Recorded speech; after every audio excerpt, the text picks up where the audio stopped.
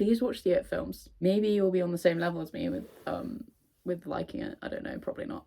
I feel like this is a really strange fixation. But then you'll get the memes if I put some of the funny memes I found in this video, and then we can yap about it together.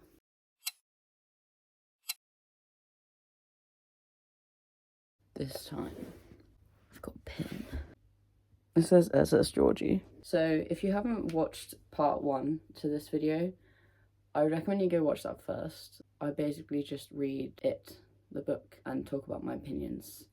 And then I'm going to rewatch the films because I watched the films first, which is unlike me, but in this case, I watched the films first. So I'm going to rewatch them and then see how the perspective has changed with all this new information and context from the books, and then do like a comparison. Not like saying which one's better. I basically just want to geek out on it. Oh my god, you don't understand how excited I am. I love this film. I've got my food. So we can lock in. I just loved the book so much, so now I love this film even more. Why am I holding this at such an awful angle? Here we go. Okay, hopefully this works, because sometimes my Prime Video just does not work. Yeah, let's go! I'm already slightly confused. That says 1988, but I'm pretty sure, unless I'm wrong, he goes missing in the 50s. So that's already different. One thing I want to say, so there's a storm, right? I don't know if this is like obvious to everyone, and I'm just like really slow. When in the book they're killing it, like they're actually killing it, there's a huge storm going on in Derry while they're in the sewers. So it kind of demonstrates the connection that it has to Derry. Because whilst it's being destroyed, the town also starts being destroyed. Sorry, I just look really awful and I'm like really aware of it. I think it just like kind of offhandedly mentions that when it has woken up in the past, not with Georgie, but like before that, there's also been a storm. Because it says that it's not uncommon for Derry to flood. I just think it's so cool how all the elements link together. Like the weather is significant. Even the weather. So the fact that there's a storm going on is significant to the fact that it is waking up. I don't know. Am I clever? This is supposed to be the black spot, right? I'm piecing together that they've decided his dad's not in it. See, now I understand what this is. This used to confuse me so much. So I was like, why is he reading about a weird icon? This makes so much more sense now. Funny that. Okay, so if the films are anything like the books, one book, which I think they will be because, like, you know, it's Stephen King. Every little single detail is significant. So, in this scene with Eddie, the red triangle, I read somewhere that that's a symbol of queerness or something. I'll have to look it up, but Easter egg to his suppression. It's the turtle. I love how they're referencing it, but they never actually talk about it. Also, this is everything I wanted. It's like so cool to watch it and be like, oh my god, I know that because of the book. I'm geeking out. I'm geeking out so hard. Okay, so his parents didn't die in the black spot. It is interesting they've decided to like change stuff that was already there. No, I films do that. It's like you have the material. I don't know. Weird. I'm that motherfucker that's always like, actually in the book, because it's just that scene with Henry and his dad, and I was like, wasn't he a farmer? He must have zoned out, but when did Stan get that huge head bandage? And why? I don't remember. Finished it. This is my version of going to the Barrens. To me, this is the Barrens. And that even is grey water. Like, there are signs everywhere saying that this is grey water, so don't swim in it. So, am I just in it? Like, am I going to see Pennywise? Okay, we're talking about it now. Because I just went on a walk to clear my head, and it was all I could think about, so we're just going to talk about it now. Oh my god, where to start? One of the things I really love is Eddie's cast that says lover instead of loser. I love that they added that detail. It's not in the book. Another thing about Eddie just because if you can tell, he's maybe my favorite character. Yeah, also something that isn't specified about the character in the book is his speech, like how he talks really fast and really almost panicky. It was probably a decision made by the actor, and I think it works so well for his character. And just in general, I think all of their characterizations of their characters were just done like absolutely perfectly. One of the reasons why I love it so much is because like all the characters are just so good. I will say I think the characterization of Beverly saves the character for me. Like I actually really enjoyed watching her. She plays the character with a subtlety that she is a woman trying to empower herself, but not in like an unhealthy way like in the books. That's one thing that can probably go without saying, is I'm so glad they left that scene out. It has tinted it slightly. It would just creep into my brain and I'll be like, ugh, and then yeah, traumatized. One thing I think they didn't do is in the books Ben's very self-conscious, and it makes a point to mention that he always wears really like oversized hoodies and t-shirts and all of that, and it says how like even on the hottest day of the year, you know, he's wearing a turtleneck so that he's like entirely covered up, but he looks really uncomfortable because of it, but there's no way that he's gonna wear anything less than that because he just isn't comfortable with it. So the fact that he's not wearing anything except underwear in that scene, I thought that was so out of character. I was like, would Ben do that? I understand like with films some elements have to be changed because film is a different entertainment medium altogether.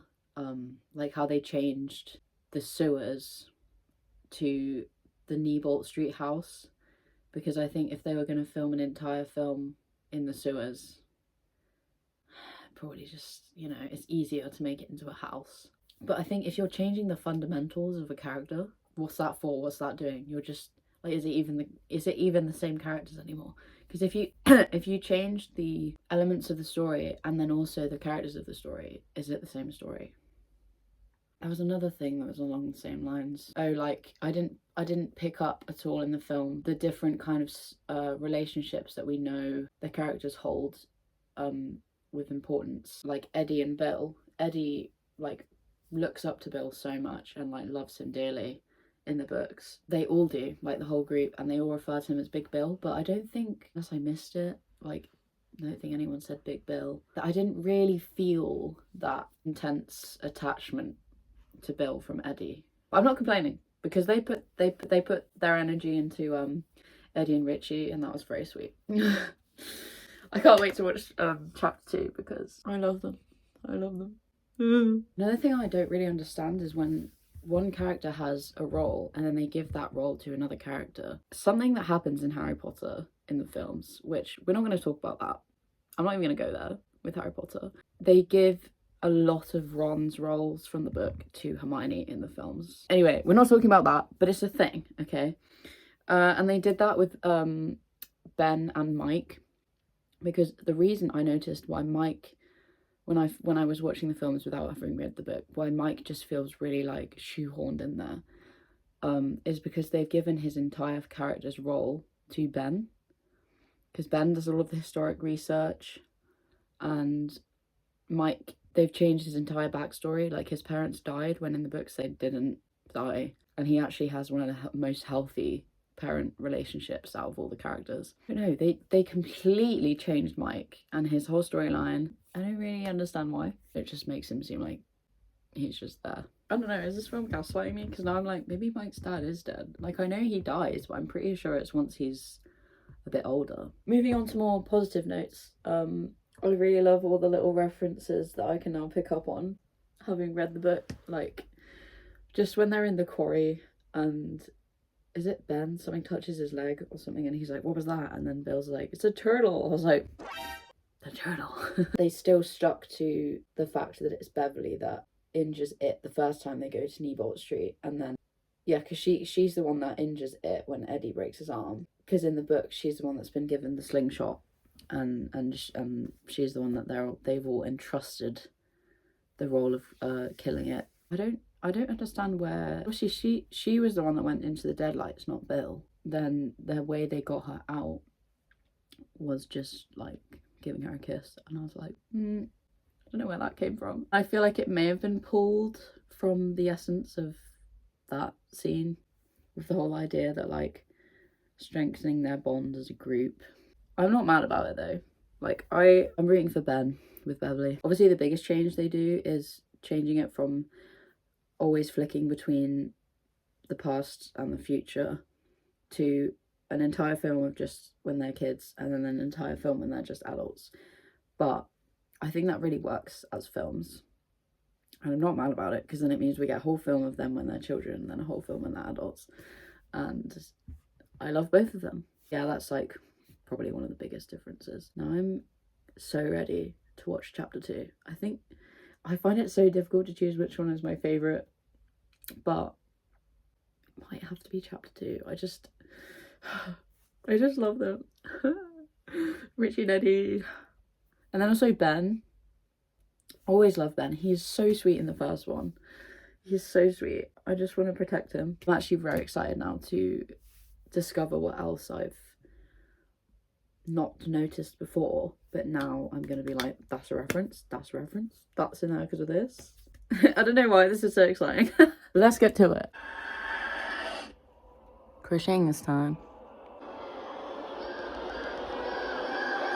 One thing I have to say is I think that the scenes where they use the horror that Stephen King wrote, like they keep that. I know why they change it, because if it was all the same, the horror would be predictable and then it wouldn't be as scary. But I will say when they keep the scene that he wrote, it is a lot more effective and a lot more scary. Like I feel like all the things that they've added in, they're just like really silly and weird. I don't find them scary or just a bit like, what the fuck is going on? Like that scene in the first one where Pennywise starts fucking dancing. I was like, Eddie. Eddie, it's not safe to drive when the roads are slick like this. Sweetheart, it's not raining like 3 hours so ago, well. right? Everything's gonna be fine. Hey, Jason! He looks exactly like him. That's risk, so please. Am I crazy? Or did I just hear what I just heard? I'm gonna have to insert a clip into the video rather than filming the actual thing, but they're... Okay, so Richie and Eddie are arm wrestling.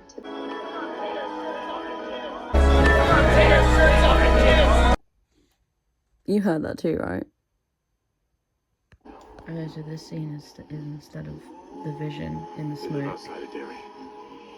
Which makes a lot more sense with the context of the book, because this confused the shit out of me when I first watched it. Why have they added in all this intense need to find your artifact business? Like, in the book it was literally just go take a walk, see what happens, see what memories come back. But now they've made it into this whole thing, and Mike is so intense. And he's like, you need to find your artifact, you need to make a sacrifice. Having read the book, I'm just like... And like the weird box thing that they have to trap it in. I don't really get that either. Guys.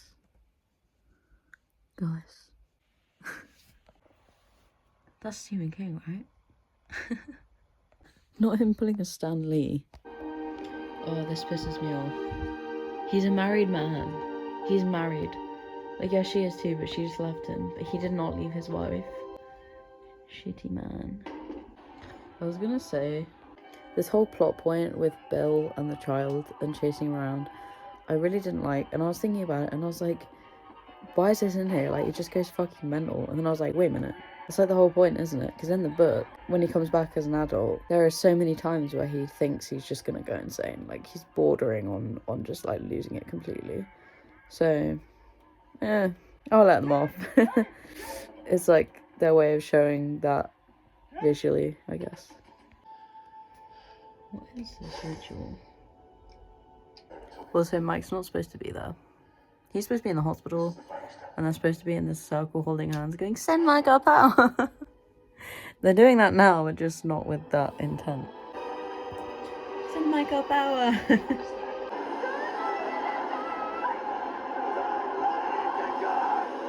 I think they did capture the absurdity and the like video game final boss energy with this scene. You know how I was saying that? I think they've got that down to the T with this. Is he pregnant? Is he pregnant? Rich and Eddie on their own. I love these scenes of the two of them. That's a good boy. Good boy. Okay, there was just a scene with Bill in the basement where he's like, oh, I wasn't actually ill, I just lied. That's not true. He was actually ill. In the book, he was actually ill. I don't know why they've gone down the route in the film of it actually being kind of his fault. It wasn't his fault, that's why it's sad. Rich! Hey, Rich, wake up! Hey! Yeah, I did! I think I killed it for Rich!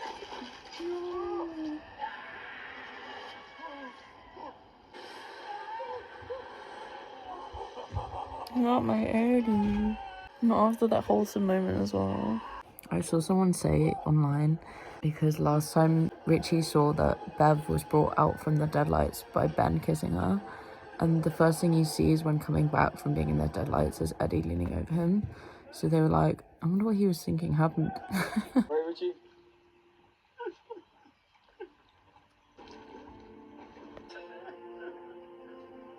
Not Eddie.